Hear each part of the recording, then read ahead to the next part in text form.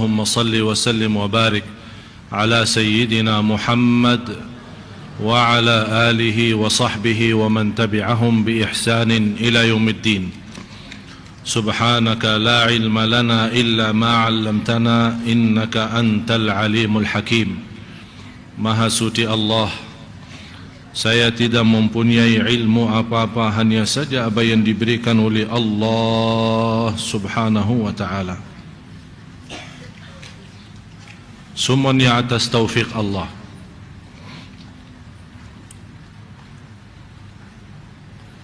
Yang merasa diri memiliki sesuatu itu sombong.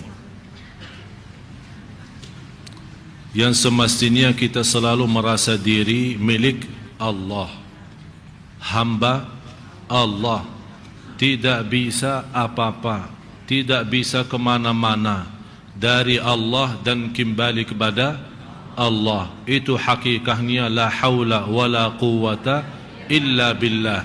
Ibadah pun tidak bisa sempurna kalau bukan taufik Allah. Sebagaimana bersabda Rasulullah sallallahu alaihi wasallam, innallaha idza ahabba 'abdan. Saya paling suka hadis ini.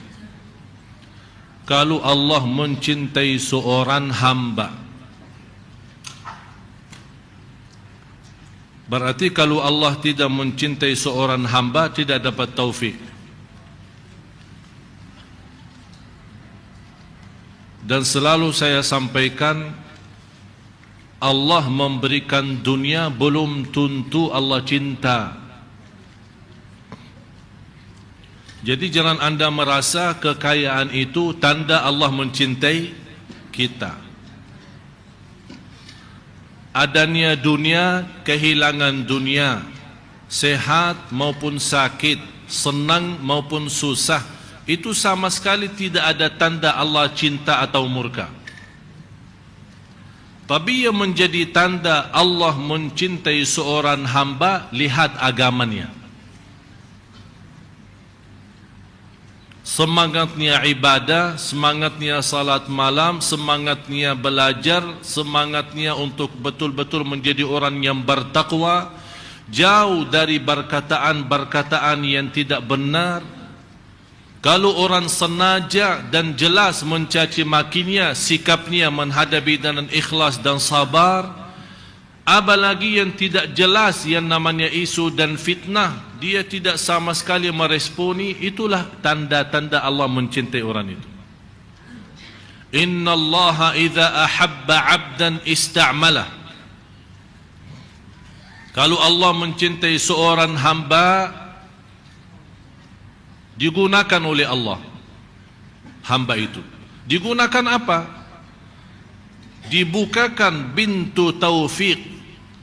Sahabat bertanya, ya Rasulullah, bagaimana maksudnya digunakan? Dijadikan apa?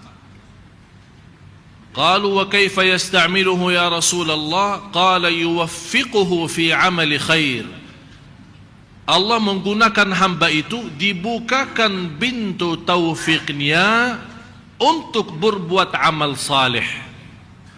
Saat dia berbuat amal saleh itu, Allah perintahkan malaikatul maut, silahkan cabut nyawanya. Itu namanya husnul.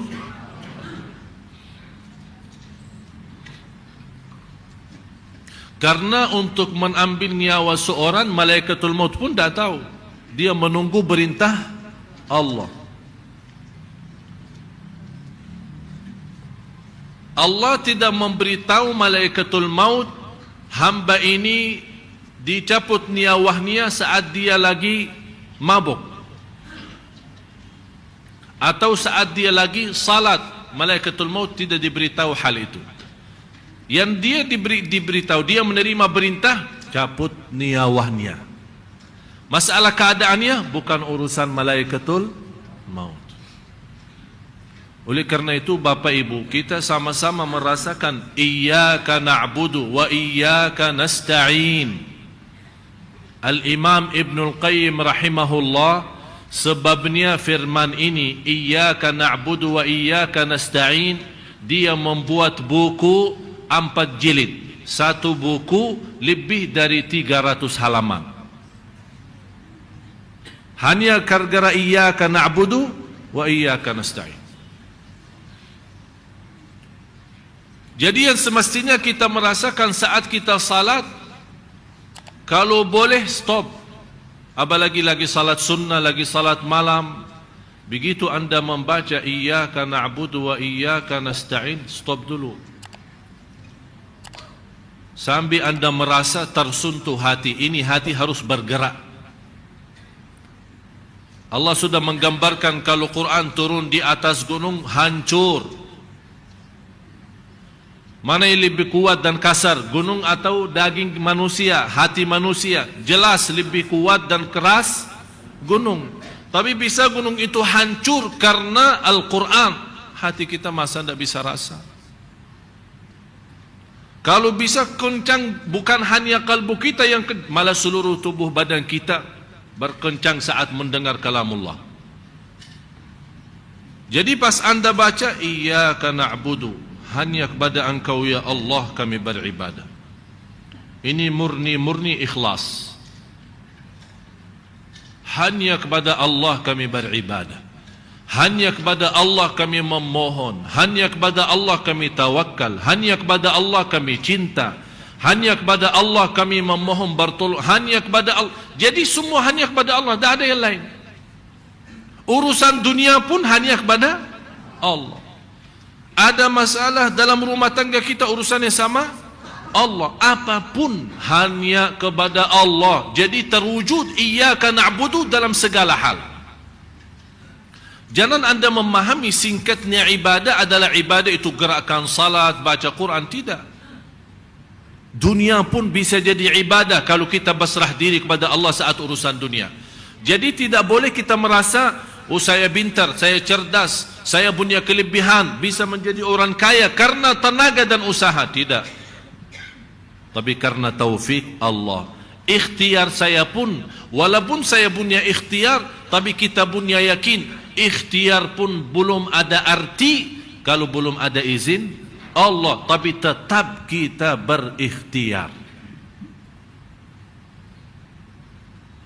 Begitu kita merasa iyyaka na'budu wa iyyaka nasta'in, sudah merasa connect batin, sudah hatinya merasa hanya kepada engkau ya Allah kami beribadah. Tapi segala ibadah itu yang kami harapkan menjadi ibadah ikhlas, khusyuk, murni, diterima. Ya Allah kami tidak sanggup menyempurnakan ibadah kecuali dengan wa iyyaka nasta'in. Wa iyyaka nasta'in maksudnya dan hanya kepada engkau ya Allah kami memohon pertolongan. Pertolongan untuk apa? Untuk dunia. Bertolongan untuk urusan anak, bertolongan untuk urusan usaha, urusan rumah, urusan bukan. Tapi wa iyyaka nasta'in supaya ini wa iyyaka na'budu itu jadi sempurna. Supaya iyyaka na'budu jadi sempurna, ya Allah tolonglah kami. Supaya ibadah ikhlas, dunia lancar, ibadah diterima, sempurna. Karena kami bukan bertolonganmu ya Allah, ibadah pun aja kacau. Ya mohon maaf, ibadah kita masih belum apa-apa. Begitu setiap saya membaca Al-Fatihah di luar salat maupun di dalam salat, saya betul-betul merasakan iyyaka na'budu wa iyyaka nasta'in membuat saya berhenti. Sambil ulama berkata, barang siapa yang memahami iyyaka na'budu wa iyyaka nasta'in, dia mampu memahami Al-Fatihah. Barang siapa yang mampu memahami rahasia Al-Fatihah, dia akan mampu memahami segala isi Al-Quran. Semua isi Al-Quran kembali kepada Al-Fatihah. Semua isi Al-Fatihah sumbernya iyyaka na'budu wa iyyaka nasta'in. Jadi kuncinya di situ. Jadi kita betul-betul sudah berserah diri hanya kepada engkau ya Allah, ibadah, ikhlas, berjuangan semua, hidup mati karenamu ya Allah, wa iyyaka nasta'in. Habis itu sudah betul-betul kita meyakini segalanya milik Allah dan kita hamba Allah. baru kita minta petunjuk. Ihdinas siratal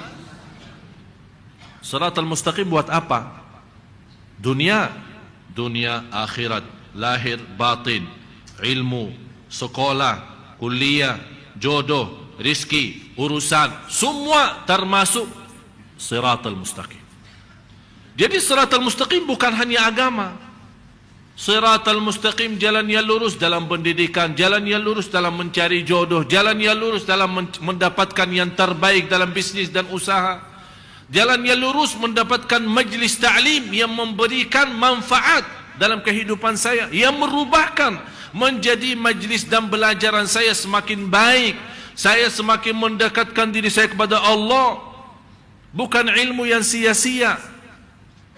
Itu yang perlu. Inilah ihdinas siratal mustaqim. Malah salah satu taufik Allah subhanahu wa ta'ala bagi kita semua, kalau Allah membukakan kita bisa menghadiri majlis ta'lim, yang Allah rubahkan rasa hati kita menjadi lebih baik. Dengan keikhlasan kita berduduk di majlis ta'lim dan sama-sama belajar, disitulah Allah bukakan hati kita bersama. Yang berceramah Allah gerakkan lidahnya supaya bisa menyentuh hati yang mendengar. Karena orang yang berceramah tidak mampu menyentuh hati yang mendengar, tapi Allah yang mampu mengkontak batin supaya bisa apa yang disampaikan oleh penceramah bisa difahami, bisa dirasakan, bisa dihayati.